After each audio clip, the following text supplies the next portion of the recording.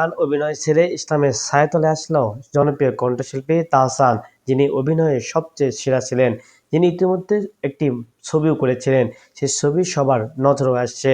তবে কেন ইসলামের পথে আসলেন, তার পিছনে নায়ক কে ছিল, তা হয়তো অনেকের না জানাই রয়েছে।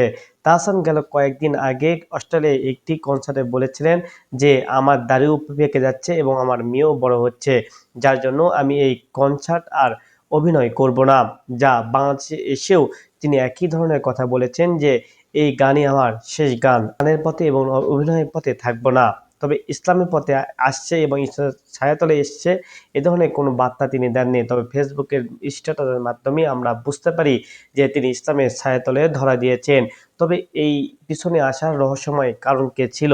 ইতিমধ্যে আপনারা অনেকেই জানেন আরেকজন অভিনয় শিল্পী ছিল তামিম মৃধা, যিনি ইসলামের পথে আসছেন গেল কয়েক মাস আগে। যিনি অভিনয় সেরে ইসলামের বেশ কয়েকটি ভিডিও এবং মানুষকে অনুপ্রেরণা করার জন্য বই এবং অনেক ধরনের কাজ করে থাকেন। তাহসানকে তিনি একটি বই উপহার দেন এবং ইসলামের ছায়াতলে নিয়ে আসার জন্য সবচেয়ে ভূমিকা যে পালন করছেন তিনি হলো তামিম মৃধা, যার ভূমিকা সবচেয়ে উল্লেখযোগ্য ছিল, যা তাহসানের স্ট্যাটাস থেকে বোঝা গিয়েছে। তবে তাহসান যে ইসলামের পথে আসছে, এরকম অনেক অভিনেত্রী এবং অভিনয় করা শিল্পীরাও কিন্তু ইসলামের ছায়াতলে শেষ পর্যন্ত আসছে, আমরা দেখতে পেয়েছি। আবার অনেকে অভিনয় করে এবং ইসলামের যে কাজগুলো আছে তা কিন্তু করে থাকে, এমনটাও আমরা জানি। যেমন নিশা সরকার অভিনয়ে সবচেয়ে ভিলেনের পাঠ নিয়ে থাকলেও তিনি কিন্তু নামাজ রোজা সবকিছু পালন করেন বলে তিনি বলেন। তা কতটুকু যৌক্তিক তা আমরাও জানি না, কেননা তিনি ইসলামের যে লিবাস থাকে সেই লিবাসের মাধ্যমে প্রমাণ পাওয়া যায় অনেক সময় যে এই লিবাস পরিধান করলে সে নামাজ রোজা আর যা যা আছে ইসলামের সেগুলো পালন করে। তবে তার দাড়িও নেই এবং ইসলামের লিবাসও তার মধ্যে দেখা যায় না। আবার তিনি শিল্পী সমিতির সভাপতি হিসেবেও কিন্তু দায়িত্ব পালনে আছেন, তার মানে বোঝা যাচ্ছে তিনি ইসলামের পথে কতটা আছেন। আর অন্যদিকে যারা আছেন তারা সবকিছু ছেড়ে দিয়ে ইসলামের পথে আছেন। এটা আর ওইটার মধ্যে ভিন্ন অনেকটা তফাৎ পাওয়া যায়। তবে শেষ পর্যন্ত আমরা দেখেছি যে এরকম তাহসানের মতো অনেক নায়ক নায়িকা গায়ক গায়িকা কিন্তু আমরা দেখেছি শেষ সময়ে এসে তারা কিন্তু এই যাত্রা ছেড়ে কিন্তু তারা কিন্তু ইসলামের ছায়াতলে আসে। আমরা চাইবো অনেক নায়ক নায়িকা যেগুলো আছে সেগুলো খুব তাড়াতাড়ি ইসলামের পথে আসবে, এমনটাই প্রত্যাশা করছেন সবাই। তবে আগে যেভাবে ছবি মানে চলতো সে তুলনায় অনেক অংশেই কমে আসে, কারণ ইতিমধ্যে আমরা দেখেছি বিভিন্ন সিনেমা হলগুলো কমতে শুরু করেছে এবং সিনেমায় গিয়ে মানে হলে গিয়ে ছবি দেখার সেই যে একটা আগ্রহ তা মানুষ দিন দিন হারিয়ে ফেলছে।